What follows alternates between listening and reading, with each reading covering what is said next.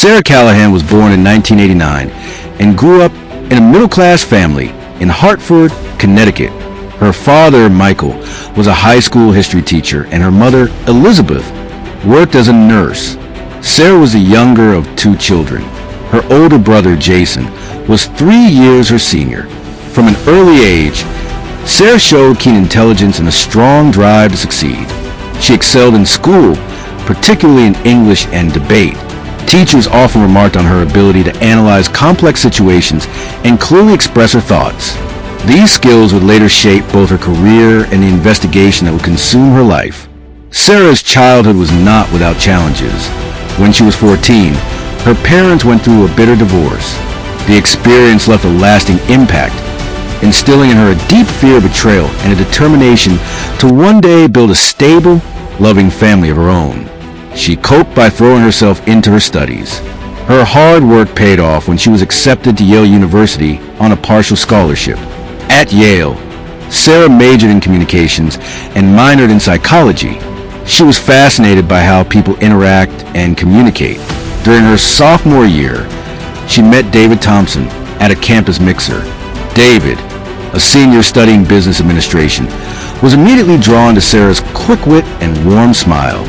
Their relationship blossomed quickly. David's confidence and ambition complemented Sarah's intelligence and empathy. By the time Sarah graduated, they were already talking about marriage. 2 years later, they tied the knot in a beautiful ceremony attended by friends and family. After college, Sarah's career in marketing took off. She had a natural talent for understanding consumer behavior and crafting compelling campaigns. By the age of 30, she had risen to the position of marketing executive at a prominent advertising firm in Hartford. Despite her professional success, Sarah never lost sight of her dream of starting a family. She and David planned to have children, but as the years passed, they struggled with infertility. The experience was emotionally draining, yet it seemed to bring them closer, or so Sarah believed. The early years of their marriage were filled with shared dreams. They bought a charming 4-bedroom colonial home and imagined filling it with children. Weekends were spent renovating the house, visiting farmers markets, and hosting dinner parties. David's career as a management consultant required frequent business trips, often lasting several days. At first, the separations were difficult for Sarah, but over time she adjusted. She filled her days with work, yoga classes, and volunteering at a local animal shelter. When David was home, they made the most of their time together. Friends often remarked on how in love they still seemed. Even after years of marriage, they were the couple others admired. But gradually, subtle changes appeared. David's trips became more frequent and longer. When home, he was often distracted, constantly checking his phone or stepping away to take calls. Sarah attributed this to work stress and tried to remain understanding. The first ray all cracked appeared on their 10th wedding anniversary. David forgot the date entirely. He called late, that evening only after Sarah reminded him. Though apologetic, he seemed distant. It was a small moment, but it planted a seed of doubt. That seed would soon grow. The turning point came on a rainy Tuesday afternoon in April. Sarah had taken a half day off work to prepare for a dinner party. While searching a guest room closet, she discovered a shoebox she did not recognize. Inside were items that made her blood run cold. A second cell phone, cards addressed to Daddy in a child's handwriting, and photographs of David with a woman and 2 young children she had never seen before. As Sarah studied the photos, her hands trembled. The images showed David relaxed and happy in what appeared to be a family home.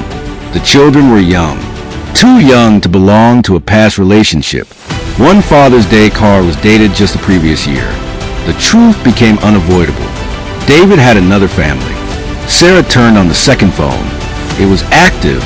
Hundreds of messages revealed everyday family life with a woman named Jennifer. School events, doctor appointments, vacation plans. Each message felt like a betrayal. Online searches quickly confirmed her fears. Jennifer Lawrence lived in Columbus, Ohio. Her social media showed check-ins that matched David's so-called business trips. As night fell, Sarah sat alone in the darkened living room, surrounded by evidence. The home that once felt safe now felt contaminated by lies. After days of turmoil, Sarah decided to confront David. When he returned from a trip that Friday evening, he found her waiting. The shoebox and evidence lay on the coffee table. The color drained from his face. Sarah told him she knew everything. At first, David tried to explain. Then he apologized. Then he minimized.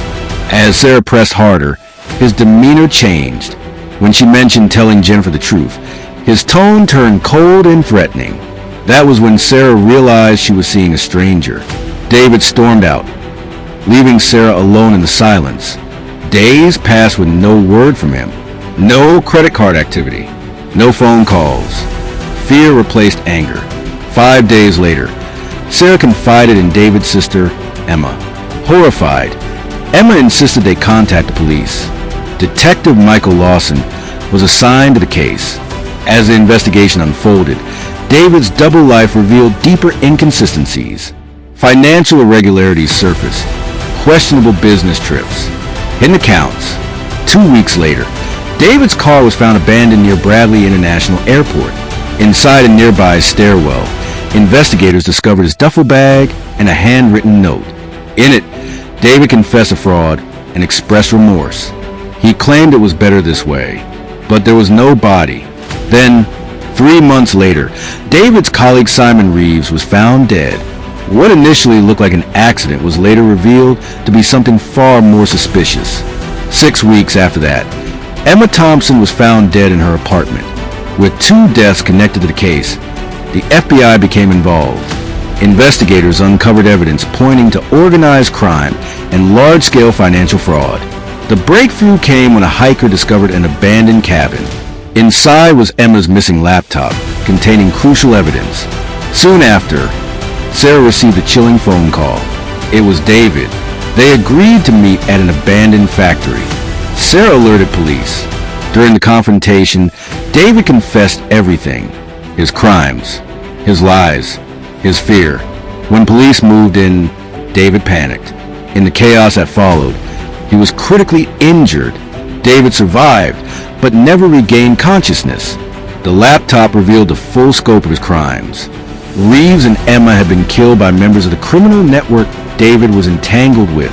Sarah eventually left a town that had become synonymous with betrayal. Jennifer remained in Ohio, focused on rebuilding her life and protecting her children.